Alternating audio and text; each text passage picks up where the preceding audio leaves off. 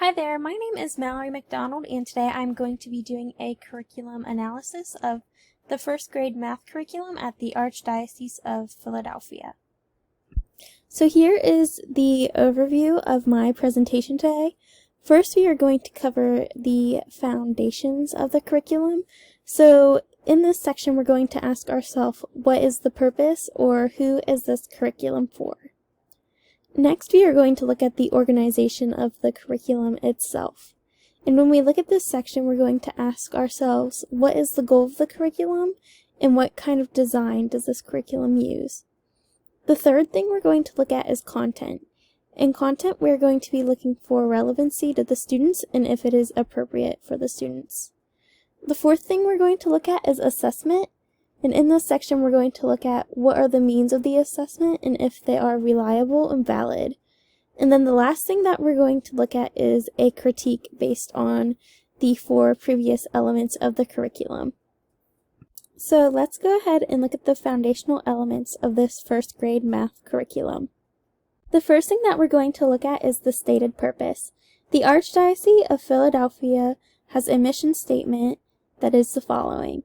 Catholic schools form Catholic students to be full and practicing members of the Church, are centers of evangelization that call all to live fully the message of Jesus Christ, and are centers of academic excellence that rigorously prepare students to be lifelong learners and contributing members of the global community.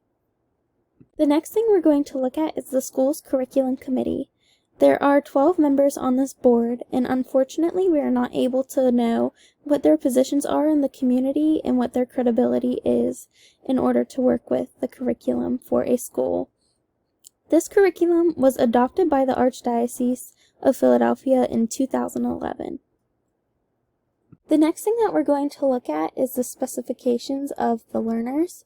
So students are taught from guiding standards that are adapted from the National Council for Teaching Math as well as the National Research Council. The National Council for Teaching Math has process standards of problem solving, reasoning and proof, communication, representation, and connections. The strands of mathematical proficiency that are specified in the National Research Council's report Adding It Up includes adaptive reasoning, strategic competence, conceptual understanding, procedural fluency, and productive disposition. Those 2 reports led to the standards for mathematical practice. The first standard is make sense of problems and persevere in solving them. 2 is reason abstractly and quantitatively. 3 is construct viable arguments and critique the reasoning of others. 4 is modeling with mathematics. 5 is using appropriate tools strategically. 6 is attending to precision. 7 is looking for and making use of structure. And the last one, number 8, is look for and express regularity in repeated reasoning. Now let's go ahead and look at the organization of the curriculum.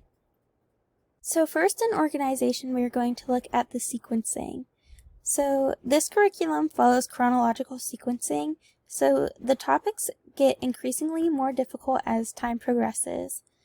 And these topics are taught in the following order. First in first grade, they're taught operations and algebraic thinking. Then they are taught number and operations in base 10. Then measurement and data, and finally they finish out the year with geometry. Now we are going to look at the resources for curriculum design. On the right there is a screenshot from what was provided for the Archdiocese of Philadelphia, and unfortunately when you go to click on these links they never open and the pages do not load, even if you enter them in manually, so I did not have access to most of the resources that were used within this curriculum by the committee. However, we do know that the district utilizes Common Core, National Council for Teaching Math, and National Research Council data for their standards. And from personal experience, I know that all of these organizations promote the use of evidence-based practices. Now we are going to go ahead and take a look at the content of the curriculum. Pictured below is the stated connection between the standards for mathematical practice to the standards for mathematical content. This picture essentially states that when students lack understanding, it prevents them from engaging in mathematical practices. The standards that are provided help generalize each topic to improve curriculum, instruction, assessment, professional development, and student achievement in math. Now we are going to go ahead and look at the appropriateness and relevance of the content provided for first grade. As you can see in the picture, the topics are aligned to the Common Core state standards. These goals are presented as skills that are needed to answer the essential questions of the topic. Students are also given content that they need to know in order to answer these essential questions. The content includes both new and background knowledge from the lesson. The skills and content needed are both attainable and developmentally appropriate for first graders. The content of each topic also includes a list of interdisciplinary connections. Interdisciplinary connections are provided to the educator. This allows the teacher to relate the content to real-life situations, which makes it more relevant to the students in the class. There are real-world examples. So in the picture above, they show keeping track of student attendance, weather, birthdays, and lunch orders, and they also show interdisciplinary connections for different subjects like science and social studies. It also connects these to Gold Seal lessons, which are a workbook that the students work out of so they can have even more practice with what they are working on in class. Now we're going to go ahead and look at the assessments that are used within this math curriculum. Now we are going to look at the different kinds of assessments that are given. Students are given a variety of assessments throughout the course of a given unit. First off, there are formative assessments that are given during instruction. This includes observation, think, pair, shares, exit slips, providing rationale for work, and even more options that aren't listed in this presentation. Next, they are also given summative assessments that are given at the end of a unit, and they're mostly performance-based, and they're not formal and not the typical pen and paper tests that you would expect to see in the classroom. Pictured below is an example of the formative and summative assessments that can be given within a unit. So for this unit, students were assessed formally through observation, journal entries, think, pair, shares, collaborative pairs, and also exit cards. And for their summative assessment, they had to draw pictures representing given quantities, create a number book, and for their performance assessment, children modeled numbers using manipulatives and wrote out their models. They also created a poster of numbers using the symbols greater than, equal to, and less than to illustrate the comparison of the numbers. The final thing we're going to cover in assessment is grading. On the left is a rubric that is provided, but it was the only rubric I was able to find for any type of assessment. Unfortunately, there were not rubrics listed for the formative and summative assessments in first grade math. However, there was a rubric for the students' portfolios that are carried over with them into the next school year, and they're also used for parents and teachers to reference. This then leads us to the final portion of this presentation, which is the critique. So the first thing in our critique we're going to look at is the foundational elements. So the first good thing about this curriculum is that it is standards-based. It is research and evidence-based, clear and understandable, and consistent, aligned with college and career expectations. The next good thing about this curriculum is that it has a firm stated purpose that promotes learning and academic achievement for its students.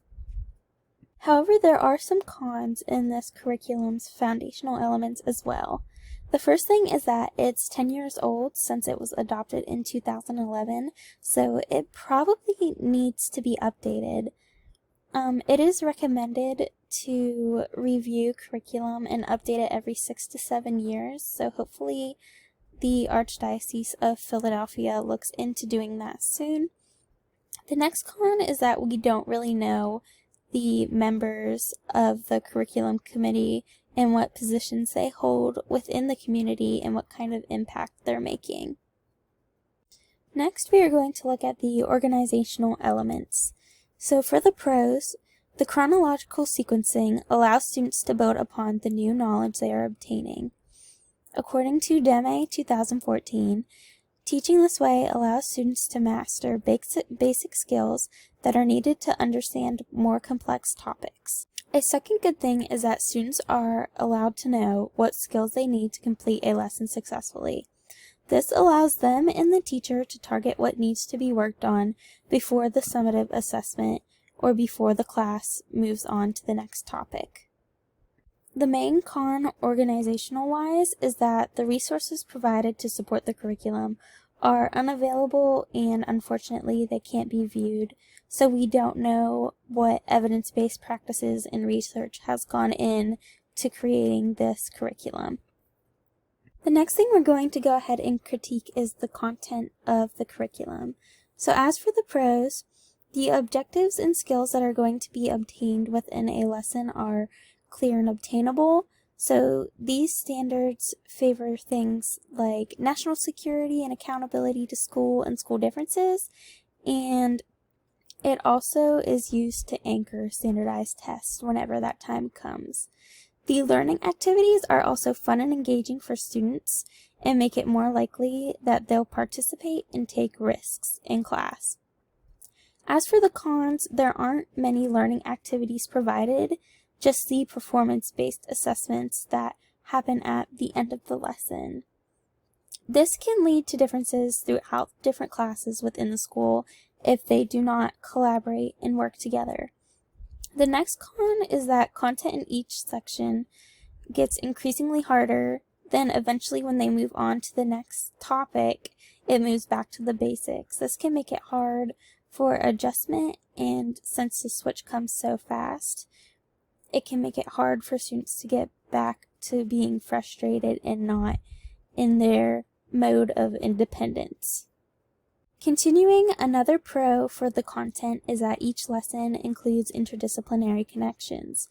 These interdisciplinary connections allows for synthesis of ideas and allows students to develop important transferable skills. The final thing I'm going to critique today is the assessments. As for the pros, there are formative and summative assessments included within the curriculum, and formative evaluations allow teachers to rethink procedures and make mid-course adjustments.